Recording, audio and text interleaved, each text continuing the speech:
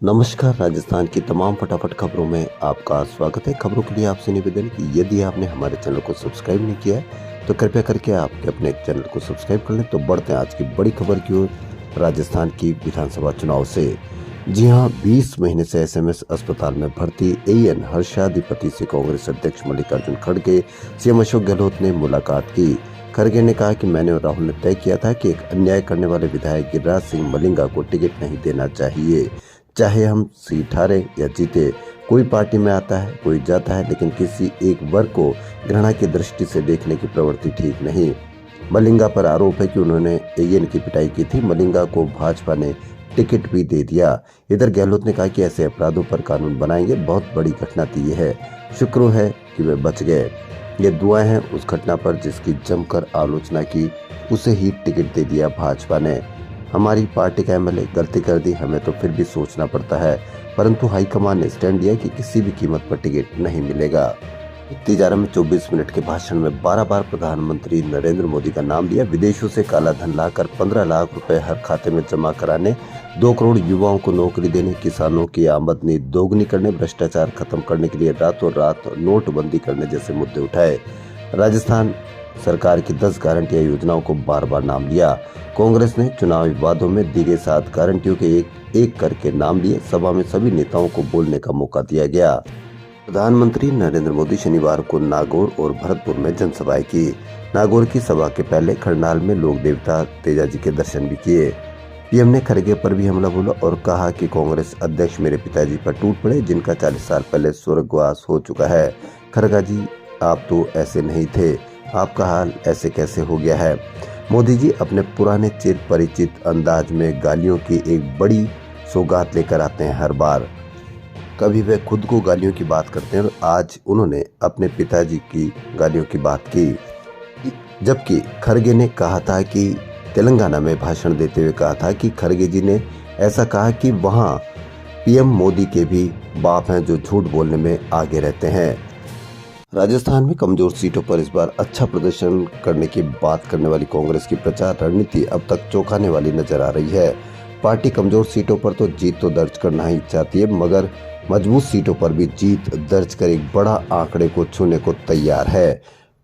कांग्रेस अपनी 7 गारंटियां जो जन जन में बहुत ही लोकप्रिय है और लोकल में भी बड़ी लोकप्रिय है, इसी को लेकर कांग्रेस अपने आने वाले चुनाव में बड़ी जीत हासिल करने की तैयारी में है। वहीं भाजपा को सीएम का चेहरा वसुंधरा को नहीं बनाने पर एक बड़ा हानि होने की संभावना है, क्योंकि आम लोगों में यह भावना है कि यदि वसुंधरा को सीएम का चेहरा घोषित करते तो परिणाम कुछ और होते। जिले के 19 विधानसभा क्षेत्रों में होम वोटिंग में 94.4% मतदाताओं ने वोटिंग की। घर से वोट के लिए आवेदन करने वाले 7,230 मतदाताओं में से 6,825 ने मतदान किया। चुनाव आयोग ने प्रत्याशियों के खर्च पे निगरानी रखने के लिए 3 बार अलग अलग समय पर खर्च का लेखा जोखा मांगा। इसी को लेकर जिले के विधानसभा क्षेत्रों के 10 प्रत्याशियों ने 17 नवंबर तक के खर्च का हिसाब जिला निर्वाचन को सौंपा। नामांकन के बाद से हिसाब देने तक सांगानेर से कांग्रेस प्रत्याशी पुष्पेंद्र भारद्वाज चुनाव के खर्चे में पहले नंबर पर है। भारद्वाज ने नामांकन के बाद अब तक 19 लाख रुपए खर्च होना बताया है। वहीं मालवीय से कांग्रेस की प्रत्याशी अर्चना शर्मा ने मात्र 35,000 रुपए खर्च बताकर सबसे कम खर्चा बताया है। राजस्थान के आर्या कॉलेज ऑफ इंजीनियरिंग के मैकेनिकल एवं इलेक्ट्रिक डिपार्टमेंट के संयुक्त तत्वाधान में golf court e vehicle manufacture किया गया। इस ई व्हीकल की डिजाइन और मैन्युफैक्चरिंग कॉलेज के इनोवेशन एवं इंक्यूबेशन सेंटर में किया गया। निविक डॉक्टर्स बैडमिंटन लीग का 5वां संस्करण शनिवार से शुरू हुआ। वहीं राजस्थान की राजधानी जयपुर में महेश नगर के 80 फीट रोड स्थित जेडीयू पार्क के बाद शनिवार को मालवीय नगर से कांग्रेस प्रत्याशी अर्चना शर्मा के पक्ष में आयोजित सभा में सीएम गहलोत पहुंचे। सीएम ने 18 मिनट का भाषण दिया। इसमें 4 मिनट तक सरकार की योजनाओं और गारंटी के बारे में जानकारी दी।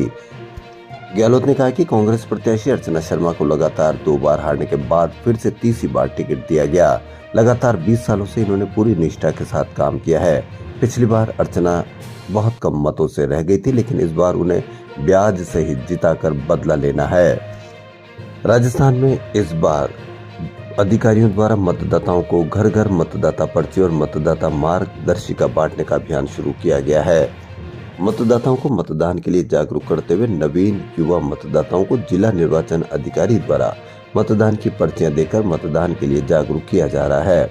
अब तक करीब जयपुर में 1.5 लाख मतदाताओं तक मतदान की पहचान पर्चियां पहुंचा दी गई है। झोटवाड़ा से कांग्रेस प्रत्याशी अभिषेक चौधरी को यादव समाज का समर्थन मिलने के बाद शनिवार को अजमेर रोड पर विशाल आम सभा का आयोजन किया गया। इसमें यादव समाज के लोगों ने चौधरी को समर्थन देने का ऐलान किया। पूर्वांचल के महापर्व छठ की शुरुआत शुक्रवार को नहाय खाए के साथ शुरू हुई। वहीं शनिवार को खरना के साथ व्रतियों ने 36 घंटे का निर्जला व्रत का संकल्प लिया। अंतर्राष्ट्रीय पुष्कर मेले का आगाज शनिवार को हुआ। मेला स्टेडियम में संभागीय आयुक्त सीआर मीणा ने ध्वजारोहण किया। DC Meena, collector doctor Bharti Dikshit शाही बग्गी में सवार होकर ध्वजारोहण के लिए मेला स्टेडियम पहुंचे। यहाँ 200 छात्राओं ने राजस्थानी गीतों पर लोक नृत्य पेश कर देशी विदेशी सैलानियों का स्वागत किया। राष्ट्रीय लोकतांत्रिक पार्टी प्रमुख हनुमान बेनीवाल और आजाद समाज पार्टी अध्यक्ष चंद्रशेखर आजाद ने शनिवार को सहाड़ा और आसिंद में सभा को संबोधित किया। बेनीवाल बोले, जनता अब राजस्थान को कांग्रेस और भाजपा मुक्त बनाएगी।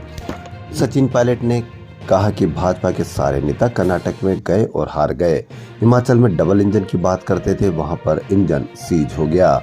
25 नवंबर को कांग्रेस का बटन दबाओ, दिल्ली में भी इंजन को सीज कर देंगे। वह शनिवार को रविंद्र रंगमंच पर सभा को संबोधित कर रहे थे।